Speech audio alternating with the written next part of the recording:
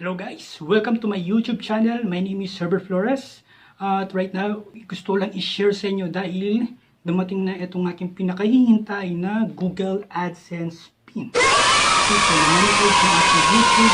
Itong year na to, I think nitong May. Okay? Then after that, nag-apply na ako for my Google AdSense nitong August, first week of August, at dumating ngayong October. Okay? Nitong second week of October. Kaya ngayon, ito na siya. Okay, so i-activate natin. So, samahan niyo ako sa pag-activate ng aking Google AdSense.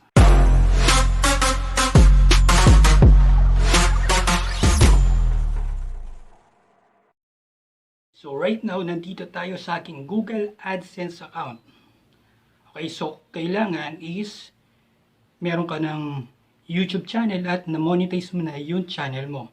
Para ma-monetize yung YouTube channel mo, kailangan at least meron 1,000 subscriber plus 4,000 watch hours. O kaya naman pwede kang magkaroon ng website or blog. Then kailangan meron kang unique content, okay? Then pwede mong i-submit kay Google AdSense or meron kang forum website or yung website na nagbibigay ng free services tulad ng mga video downloader. Okay, so pwede yung mga ganun. So pwede mong i-apply kay Google AdSense.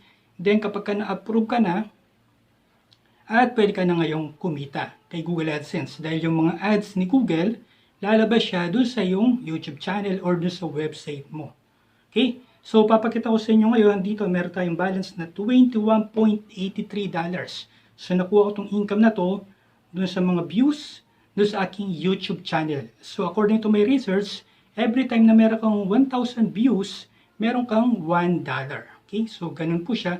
Kaya, dapat tuloy-tuloy ka, consistent ka sa paggawa ng mga content or yung mga vlog. Okay? Then, after that, kapag marami na mga nanonood ng yung mga videos or nagbabasa ng mga articles mo doon sa website, kaya nakikita nila yung ads kapag may mga nag-click, so pwede ka nang kumita. So ngayon, i-activate nga natin itong ating Google AdSense dahil dumating na itong aking PIN code. Okay, so step 1, kailangan pumunta ka muna sa google.com/AdSense. Then after mo nag-login, ang kailangan mo lang pumunta ka lang dun sa payments. Okay?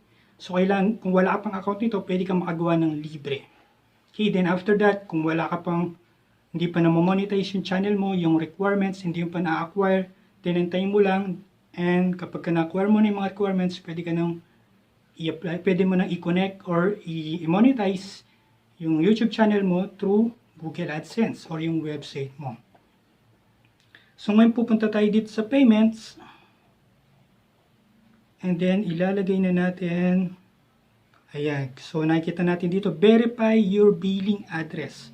So ipinadala ni Google yung aking PIN code nung August 9, 2021. So it takes 2 to 4 weeks. Akala ko nga hindi na to darating. Okay, then, kailangan natin ngayong i-verify. So, click lang natin yung verify. Then, i-enter lang natin yung 6-digit verification code. So, i-enter lang natin dito.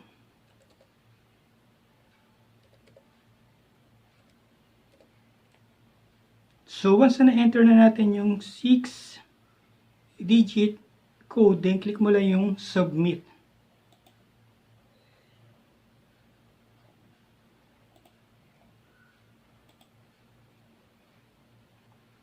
So yun, sabi, address verification completed. So successful na yung verification natin.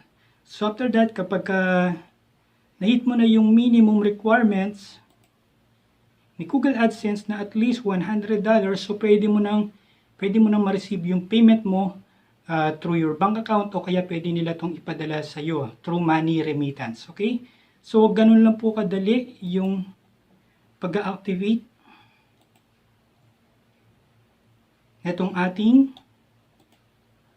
Google AdSense. So kung interested ka do sa mga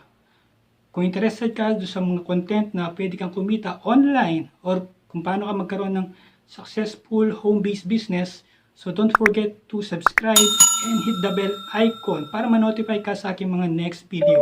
So huwag mo na rin kalimutang i-like itong video na to dahil nakakatulong to sa aking YouTube channel. So, thank you for watching. At kung may question ka, just leave a comment below. Okay?